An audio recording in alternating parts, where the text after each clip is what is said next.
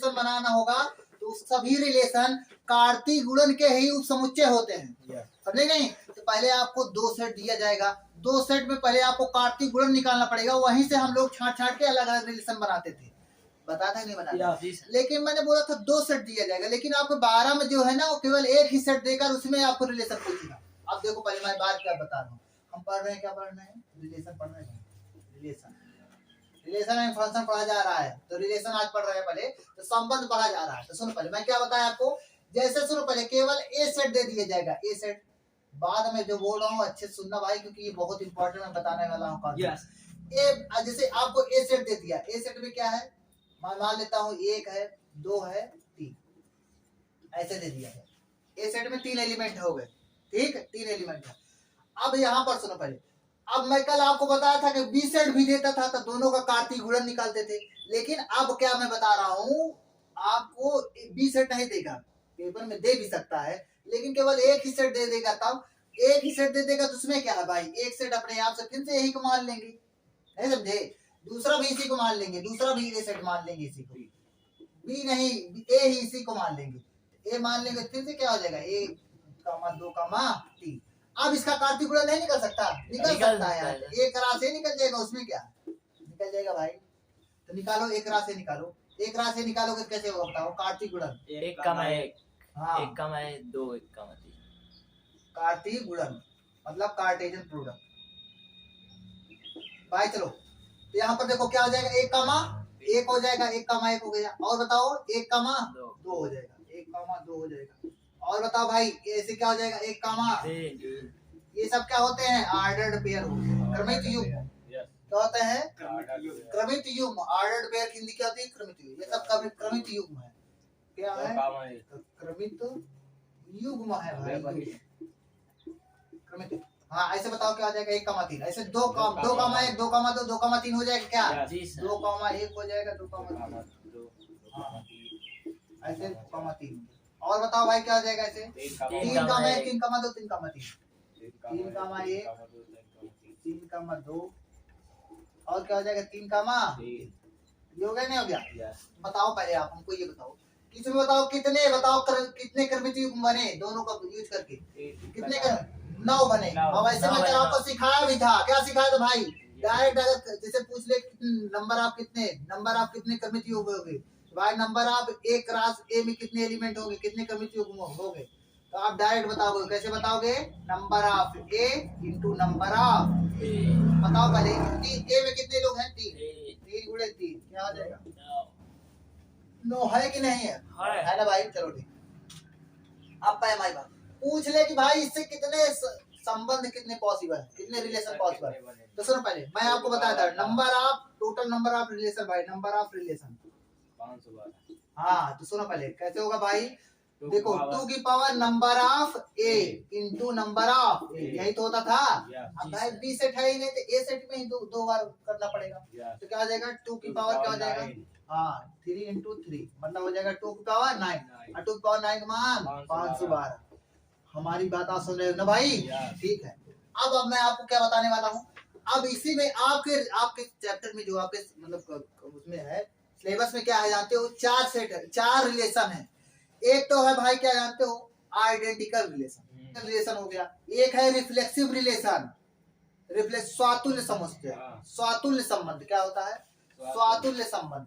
एक है भाई सिमेट्रिक रिलेशन मतलब सम्मित संबंध, कौन संबंध, सम्मित संबंध। एक है ट्रांजिटिव रिलेशन मतलब है संक्रामक संबंध, हमें संक्रामक संबंध। 3-4 संबंध है, सभी को मैं सिखाता हूँ आपको, ठीक भाई। तो चलो इसको मिटाएं, इसको मिटाना क्या है, अब इसी से देखो आपको समझाने की स्टार्ट करते हैं। देखो भाई अब आपको ऐसे क्रमित युग्म, मैं बोल रहा क्या, हर एक भाई रिलेशन सब क्रमित युग्म के ही पार्ट होते हैं, क्या होते हैं, क्रमित युग्म के ही पार्ट होते हैं। जैसे मैं पहले बोला, क्या बोला मैं पहले बोला, मैं पहला रिलेशन मैं बोल रहा हूँ भाई आइडेंटिकल रिलेशन।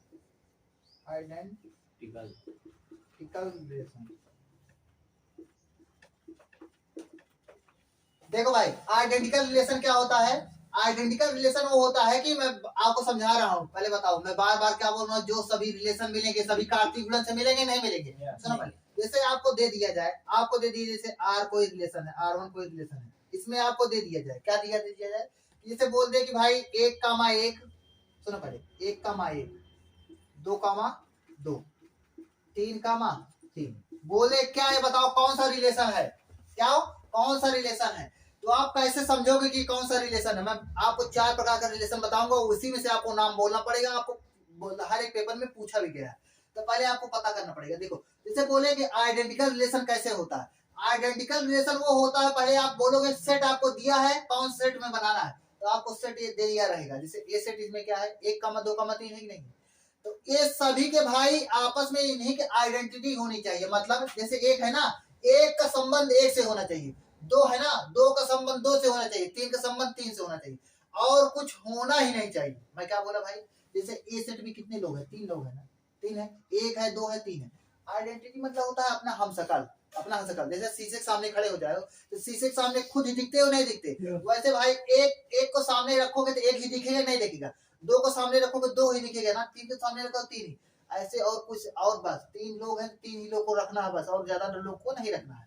तो मतलब सुनो पहले, हमारे कहने का मतलब ये है, अगर जो यहाँ पर सेट दे दिया जाए, जैसे सेट ए दिया है, वो सभी का भाई, वो सभी का क्या होना चाहिए, डबलेट फॉर्म में होना चाहिए, डबलेट दिया होना चाहिए।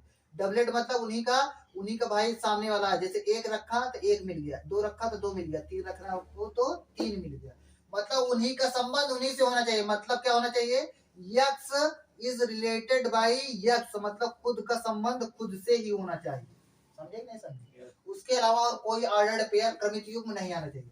तो क्या होता है, आइडेंटिकल रिलेशन होता है। समझे नहीं, क्या होता है, आइडेंटिकल। जैसे सुनो पहले, अब इसी में मैं तो मतलब बताओ, ये आइडेंटिकल रिलेशन है कि नहीं है ना। क्यों है, क्योंकि भाई देखो सेट में 1 2 3 दिए थे, सभी का भाई सभी को वही डबलेट फॉर्म दे दिए थे। अब मैं एक और जैसे एग्जांपल दे दूं, जैसे R2 दे देता हूं। R2 में जैसे मैं देता हूं, जैसे 2,2 आ गया, और क्या आ गया, 3,3। बताओ क्या आइडेंटिकल रिलेशन है, नहीं है। बोलो क्यों नहीं है, क्योंकि 1,1 है ही नहीं, 1,1 नहीं है ना भाई, नहीं 1,1 नहीं है। मतलब 1,1 होना चाहिए, 2,2, 3,3। जैसे कोई बोलते कि कोई सेट भाई बी है, इसमें ए बी सी डी है, तो बताओ जैसे इसका आइडेंटिकल रिलेशन में पूछूं तो क्या कौन आ सकता है, इसमें क्या बनेगा, डायरेक्ट भाई हमको पता है कि आर में क्या आएगा, आर में ए आएगा, बी आएगा, और बताओ सी आएगा, और बताओ डी आएगा। बात समझे कि नहीं समझे। इसके अलावा भाई और कोई भी नहीं आएगा। जैसे कोई बोल दे सी डी आएगा, बोल देना नहीं आएगा भाई, नहीं आएगा। समझे, उसी का केवल डबलेट फॉर्म आना चाहिए। तो आइडेंटिकल रिलेशन समझ लिए नहीं समझे, समझ लिए ना।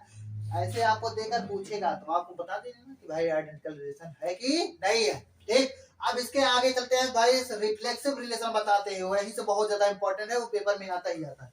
रिफ्लेक्सिव रिलेशन मतलब स्वातुल्य संबंध। क्या होता है, रिफ्लेक्सिव रिलेशन। इसको मिटाते हैं तो देखो भाई, अब दूसरा मैं रिलेशन बताने वाला हूं आपको, रिफ्लेक्सिव रिलेशन। रिफ्लेक्सिव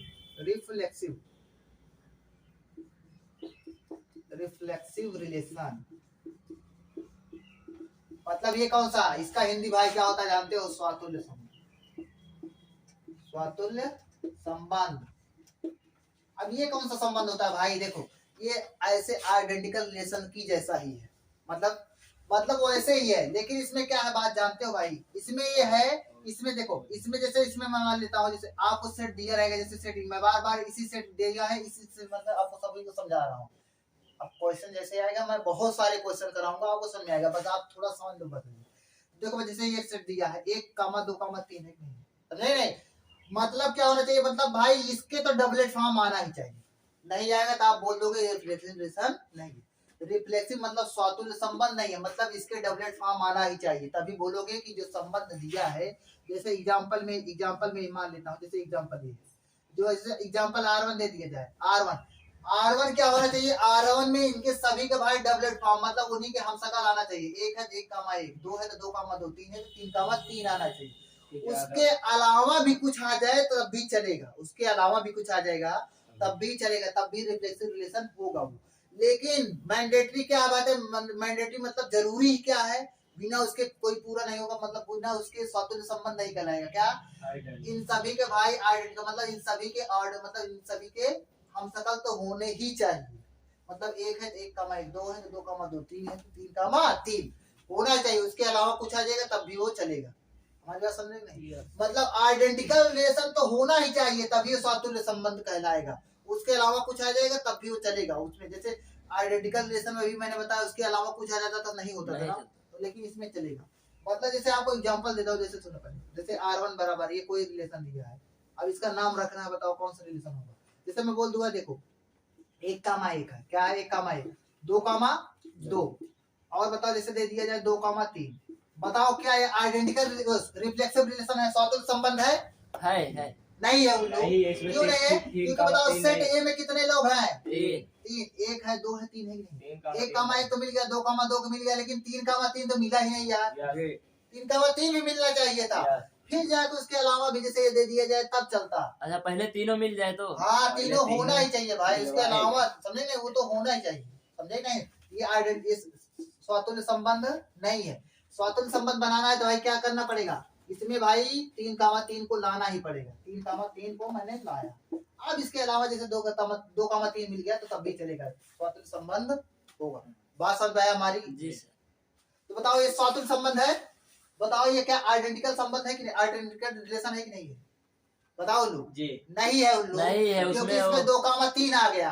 जो तीनों है तो लेकिन 2 कामा हाँ वो तीनों है, लेकिन उसके अलावा नहीं होना चाहिए आइडेंटिकल रिलेशन में। लेकिन स्वातुल्य संबंध में भाई, स्वातुल्य संबंध में वो तीनों होना चाहिए, उसके अलावा भी अगर कुछ आ जाएगा तब भी। अच्छा बताओ कहीं हाँ रिफ्लेक्सिव, अगर जैसे बोलते कि 1 कामा 1, 2 कामा 2, 3 कामा 3, ये बताओ क्या, बताओ ये रिफ्लेक्सिव रिलेशन है कि नहीं है? रिफ्लेक्सिव स्वातुल्य संबंध है। ये स्वातुल्य भी है और आइडेंटिकल भी है, दोनों। समझे नहीं? दोनों रिलेशन है। तो आपको समझ में आया संबंध? समझ में आया नहीं आया ना भाई? बहुत बढ़िया। इसके अभी बहुत सारे हमको एग्जांपल कराने हैं, आपको एग्जांपल कराऊंगा, समझे नहीं? चलो ये हो गया भाई।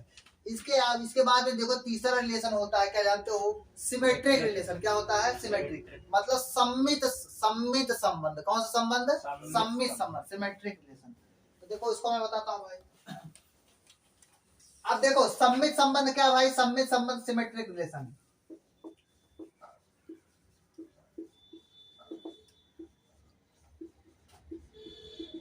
सिमेट्रिक रिलेशन क्या है? सिमेट्रिक रिलेशन सुनो पहले, जैसे सुनो पहले सिमेट्रिक रिलेशन जैसे मान लो, सुनो पहले, जैसे मान लो कि ए कामा बी है, क्या है? ए कामा बी, ए कामा बी कुछ भी होना चाहिए, 2 3 कुछ भी हो जाए, ए कामा बी है।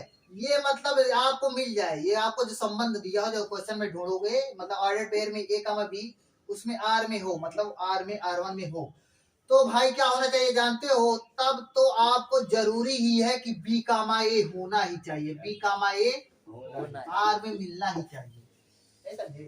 मतलब ए कामा बी अगर आर में मिल जाए तो बी कामा ए मिलना ही चाहिए, तभी सिमेट्रिक रिलेशन होगा, तभी सम्मित संबंध क्या होगा? सम्मित संबंध। कौन सा संबंध? सम्मित संबंध होगा। बात समझे नहीं? तभी सम्मित संबंध होगा। हमारे कहने का मतलब क्या है? जैसे एग्जांपल लेता हूँ भाई, एग्जांपल इसमें ये जरूरी नहीं है कि जैसे ए में भाई, जैसे क्वेश्चन में दिया रहेगा ए में ए बराबर 1 2 3 ऐसे दिया रहेगा, तो क्वेश्चन में जैसे दिया रहेगा सभी का भाई डबल मतलब सभी का विपरीत हो, ऐसे नहीं है। इसमें ऐसे कुछ नहीं है, रिफ्लेक्सिव और आइडेंटिकल में ही जरूरी होता है। इसमें आपको जितने दिए हों उन्हीं का भाई उल्टा मिलना ही चाहिए बस। जैसे ए कामा बी है तो बी कामा ए होना चाहिए। जैसे जिसमें पहले जैसे मैं मान लेता हूँ R1 बराबर, जैसे कोई रिलेशन है, R1 बराबर आपको दे दिया जाएगा, R1 बराबर जैसे दे दिया जाए, क्या दे दिया जाए? 1 कामा 2, 1 कामा 2, 3 कामा 4, सुनते जाओ भाई, और दे दिया जाए क्या? 2 कामा 1, 2 कामा 1। आप सुनो पहले, जैसे ये दे दिया, बोले क्या बताओ ये सम्मित संबंध है? सम्मित संबंध है? तो आप बोलोगे चलो पहले चेक करते हैं, पहले बताओ 1 कामा 2 दिख गया। अब 1 कामा 2, तो इसका उल्टा क्या हो जाएगा? 2 कामा 1 होगा, नहीं होगा?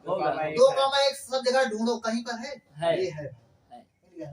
अब चलो अब जाके इसको चेक करो, 3 कामा 4 मिल गया। अब दोबारा इसको चेक कर लिए ना, अब इसका भी तो उल्टा चेक करना पड़ेगा। 3 कामा 4, 3 कामा 4 कहीं पर उल्टा है?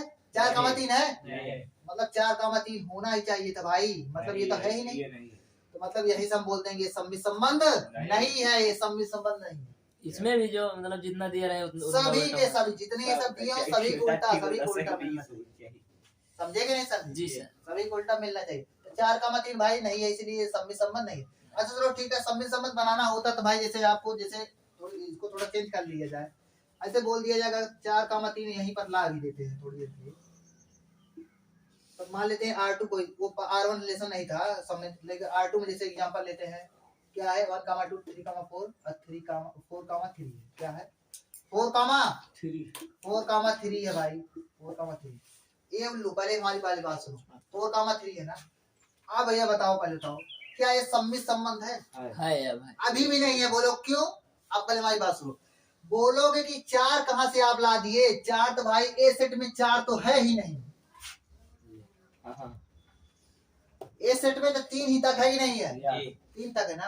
तो आप बोलोगे कि ये भी सम्मिलित संबंध नहीं है, क्योंकि 4 तो भाई आप एक्स्ट्रा ला दिए ना, 4 तो एलिमेंट है ही नहीं। संबंध में वही से होना चाहिए जहां से सेट ए के ही एलिमेंट से सभी पूरा बनने चाहिए, समझे कि नहीं? ये भी सम्मिलित संबंध नहीं है, समझ पाया कि नहीं बात? ये भी सम्मिलित संबंध नहीं, क्योंकि भाई ये 4 जो है ये आउट ऑफ भाई ए है, ए से बाहर, समझ में? अब जैसे अब सुनो पहले, अब मैं जैसे ये तो सम्मिलित संबंध नहीं बना, लेकिन मैं बोल दूं जैसे देखो R3 कोई संबंध बनाता हूँ, जैसे मैं बोल दूं 1,2 समझे तो ना, 2,3 3,2 2,1 और ऐसे 3,3 है। अब चलो इसको चेक किया जाए, क्या ये सम्मिलित संबंध है? 1,2 है कि नहीं है? 1,2 का उल्टा ढूंढो, ये है भाई 2,1 2,3 इसका उल्टा 3,2 ये है कि नहीं है? अच्छा तो 1, 2, 3 ही की यूज हुआ है, 1, 2, 3 है भी, मतलब इसमें चलो काम चलेगा। 3,2 का उल्टा 2,3 ये है, 2,1 का उल्टा 1,2 उल्टा है नहीं, ऐसे कहाँ तक चलो। अब 3,3 का उल्टा है तो वही 3,3 ही होता है ना, तो मतलब पूरा सभी कंडीशन लग रहा है, ये सम्मिलित संबंध है। ये सम्मिलित संबंध है। आप सभी को सम्मिलित संबंध समझ में आया? जी मतलब A, B अगर इसमें मिल जाए, A, B मिल जाए तो भाई आपको जरूरी है B, A मिलना ही चाहिए। जैसे 1,2 मिल गया ना, तो 2,1 मिलना ही चाहिए, मिल भी गया, समझे नहीं? लेकिन भाई इसमें तो 4 भाई एक्स्ट्रा आ गया था, इसीलिए नहीं हुआ ना। इसमें सभी समझ आया नहीं है? जी सर आ गया ना। अब एग्जांपल में आपको दूंगा तो और अच्छे समझ आएगा, तो बस आपको हिंट दे रहा हूँ, पहले आपको इंट्रोड्यूस कर दे रहा हूँ बस, ठीक। चलो अब इसको बेटा ट्रांजिटिव बताते हैं, ट्रांजिटिव